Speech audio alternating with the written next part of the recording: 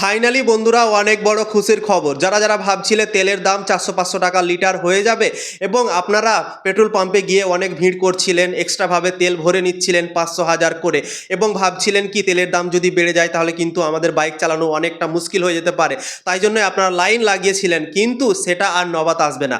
অনেক বড় খুশির খবর বেরিয়ে আসছে। আগে আমাদের দেশে তেল আসতো ইরান থেকে এবং সেই রাস্তাটা বন্ধ হয়ে যাওয়ার জন্যই ইরান থেকে তেল আসছে না, তেল আসা বন্ধ হয়ে গিয়েছে এবং তাই জন্যই সবার মনে অনেক বড় বড় প্রশ্ন জেগে গিয়েছিল কি আমরা বাইক কিভাবে চালাবো, কিভাবে এত টাকা লিটারে আমরা তেল ভরবো। সেই জিনিসটা ভাই অনেক ভাবনা চিন্তা সবাই করতে শুরু করে দিয়েছিল, কিন্তু ভারত সরকার খুবই তাড়াতাড়ি সিদ্ধান্ত নিয়েছে। আমেরিকার কাছে পারমিশন নিয়েছে রাশিয়ার কাছ থেকে তেল নেওয়ার জন্য এবং আমেরিকা পারমিশনও দিয়ে দিয়েছে রাশিয়ার কাছ থেকে তেল কেনার জন্য। তো শোনা যাচ্ছে বন্ধুরা 30 দিনের জন্য নাকি রাশিয়ার কাছ থেকে তেল নেবে ভারত সরকার এবং তারপর দেখা যাবে কি সিচুয়েশন দাঁড়াচ্ছে।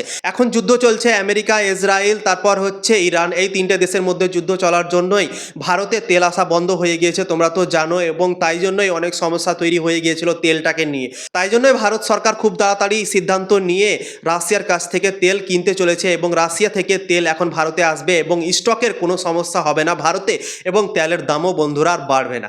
তো অনেক বড় খুশির খবর সবার জন্য, আমারও অনেকটা মন খুশি হয়ে গেল এই খবরটা শোনার পর।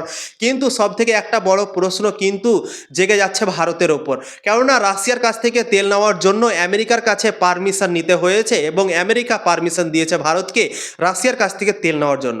তো সেই জন্যই সব থেকে বড় প্রশ্নটা উঠছে কি আমাদের ভারত দেশ অন্য একটা দেশের কাছে পারমিশন নিচ্ছে তেল নেওয়ার জন্য অন্য একটা দেশের কাছে।